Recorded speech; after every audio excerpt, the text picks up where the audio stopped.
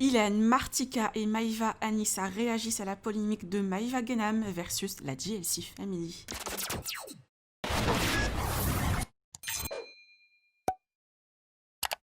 Plusieurs candidats ont réagi récemment pour prendre la défense de Jazz, comme Hilary, Fidji et Liam.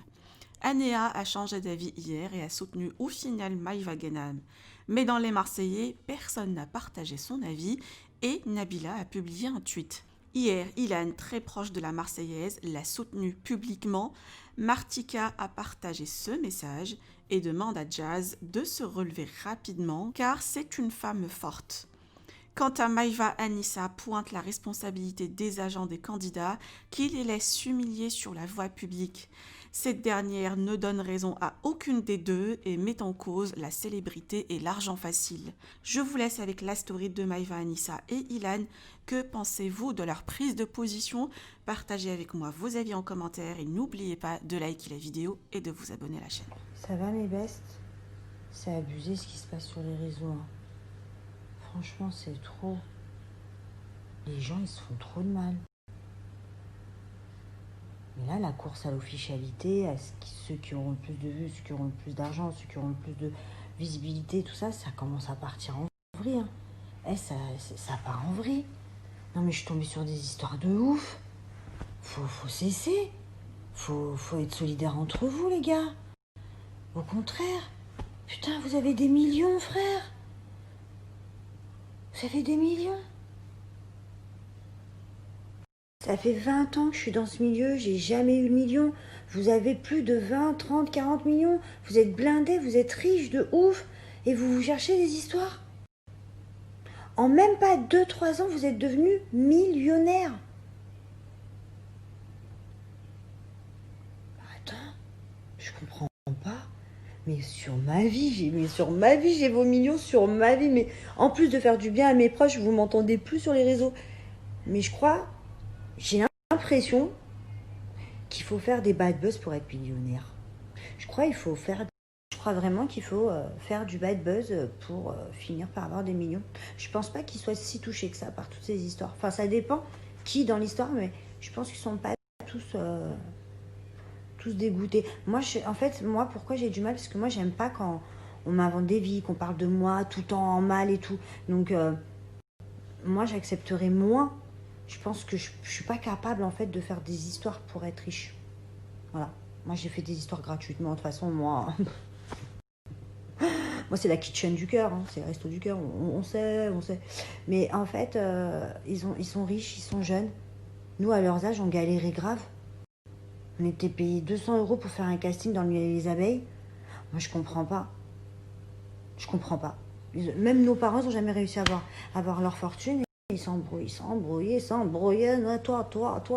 Moi, oh là, quelle vie. Les problèmes de riches, quelle vie. C'est dommage parce que toute cette petite famille, je parle bien sûr des gens de candidats de télé-réalité, hein, il n'y a que ça sur les réseaux. Je pense que s'ils étaient solidaires, franchement, ils feraient des trucs trop bien. Tu sais, genre, ils font de la télé-réalité entre eux. Vu qu'ils montrent leur vie du matin au soir, et ben, ils font une télé-réalité. Ils montrent tous leurs embrouilles, leur bonheur. Vu qu'ils sont tous installés à Dubaï, bah, ils se filment tous ensemble. Vous allez kiffer de fou, puisqu'ils ont quand même leur communauté, ils attendent que ça. Mais tous les jours des embrouilles. C'est là qu'on voit que franchement, l'argent fait pas toujours le bonheur. Hein. Vraiment, j'arrive pas. Non, mais vraiment, j'arrive pas à comprendre qu'on puisse avoir quelques millions sur son compte et s'embrouiller tous les jours sur les réseaux. Moi, quand je m'embrouille sur les réseaux, enfin à l'époque, je vivais avec 400 € par mois, tu vois, à l'époque. Donc je sais pas. Après, franchement, mes baisses, c'est pas nos histoires, donc voilà, on va pas se mêler. Mais moi, je veux juste insister sur un seul point. Comment se fait-ce que ces gens qui ont tant de millions sur leur compte, des maisons de rêve, des voitures de rêve, voilà, et ben ils se prennent la tête ou s'écrasent les uns les autres. Mais j'ai pas le teigne, moi. Au contraire. Mais moi, c'est pas possible. Si j'avais des millions sur mon compte, mais même ceux qui m'aiment pas, je leur donne de l'argent. Tiens, comme ça, tu vas t'éclater, tu vas arrêter de penser à moi. Viens, on s'écrase pas, tranquille, chacun sa place. Enfin, je sais pas. Franchement, après la santé, quand t'as l'argent, t'es heureux. Mais tu veux quoi de plus? Ils ont tout. Non, franchement, attention, hein. Dieu il donne, Dieu il reprend. Et encore là, dans ce milieu-là, on sait pas si c'est Dieu qui te donne, hein. En fait, je pense tout simplement que quand on a trop d'argent, on se rappelle pas euh, la période où on mangeait des cailloux. On se rappelle pas d'où l'on vient. Donc du coup, on veut être toujours mieux, plus, au lieu de se dire ah mais mon Dieu, déjà, alhamdoulilah, franchement, j'aurais jamais eu ça s'il n'y avait pas ce milieu. Franchement, c'est pas facile la vie. Enfin voilà, nos parents, ils travaillent du matin au soir et ils vont avoir une misérable retraite. Eux, ça parle en millions, ça parle en maison de luxe de ouf. C'est c'est même pas du travail. Enfin, si, c'est du travail quand même, parce que j'ai fait quelques placements, c'est un peu du travail. Mais c'est quand même pas difficile. Enfin, je veux dire, c'est pas fatigant à ce point-là. J'ai connu des boulots plus difficiles. Quand je vois les caissières, quand je vois les serveuses, quand je vois les vendeuses dans les magasins de 8h du mat à 19h le soir, quand je vois les infirmières, enfin, bref, voilà, il y a plusieurs métiers où c'est quand même plus fatigant et où ils gagnent ce que ces millionnaires-là claquent en 1 heure au restaurant.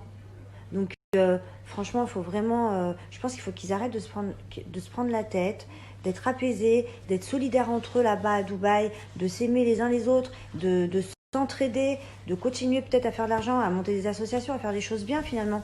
Mais bon, on n'est pas chez les bisounours. Hein. On est dans Dallas.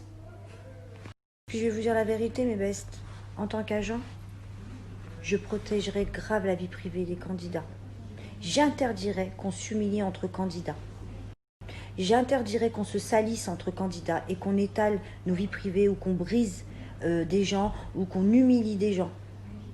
Les agents, je suis désolée, à un moment, doivent encadrer tout ça.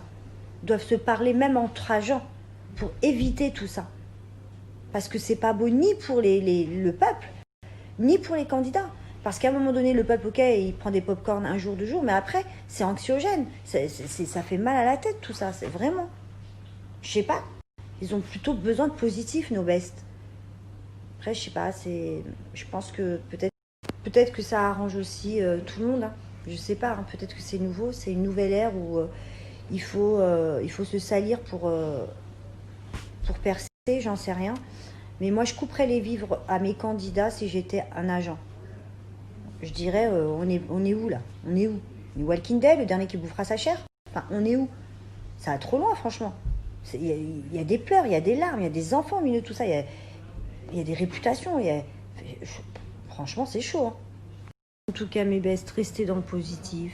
Voilà, ne vous nourrissez pas trop de choses anxiogènes et allez au dodo. Pas de questions par rapport à ça. Moi, la seule chose que je peux dire, c'est que quoi que fasse Maïva, c'est mon ami, je la soutiendrai. Voilà. Et je serai de son côté toujours, parce que je suis comme ça, je suis très loyal envers mes amis.